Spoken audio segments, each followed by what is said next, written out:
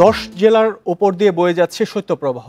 আজ সর্বনিম্ন তাপমাত্রা রেকর্ড করা হয়েছে উত্তরের জেলা পঞ্চগড়ের তেঁতুলিয়ায় 7.3 ডিগ্রি, যা এই মৌসুমের সর্বনিম্ন। সাথে বেড়েছে কুয়াশার প্রকোপও।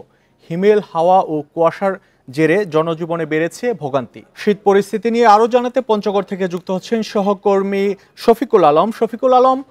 পঞ্চগড়ে আজকে সর্বনিম্ন তাপমাত্রা, এখন কি পরিস্থিতি? তাপমাত্রা যে কমেছে, সর্বনিম্নতে এসেছে, এর প্রভাবে আসলে জনজীবনে কতটা প্রভাব পড়েছে?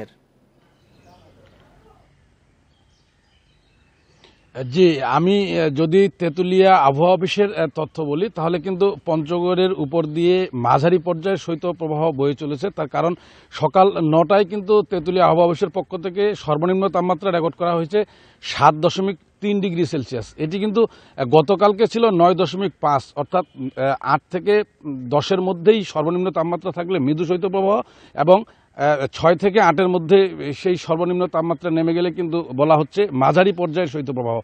সেই হিসেবে পঞ্চগড়ে কিন্তু মাঝারি পর্যায়ের শৈত্যপ্রবাহ বয়ে চলেছে। তো আমরা আসলে দেখেছি যে গতকাল বিকেলের পর থেকে গোটা এলাকা ঘন কুয়াশায় ঢেকেছিল, সাথে উত্তরের হিমশীতল বাতাস, রাতভর ঘন কুয়াশা ছিল, বৃষ্টি, টিপটিপ বৃষ্টির মতো কুয়াশা ঝরছিল। আমরা সকাল 8টা নাগাদ কিন্তু সেই ঘন কুয়াশা দেখতে পেয়েছি, এবং উত্তরের হিমশীতল বাতাসে হাড় কাঁপানো শীত অনুভূত হচ্ছিল। তো 8টার পরেই কিন্তু আমরা দেখেছি সূর্যের ঝলমলে আলো চারিদিকে ছড়িয়ে পড়ে।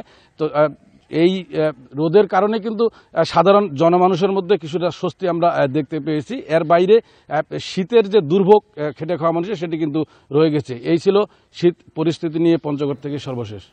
দেশের সর্বনিম্ন তাপমাত্রা আজ পঞ্চগড়ে, সেখান থেকে বিস্তারিত জানাচ্ছিলেন সহকর্মী শফিকুল আলম।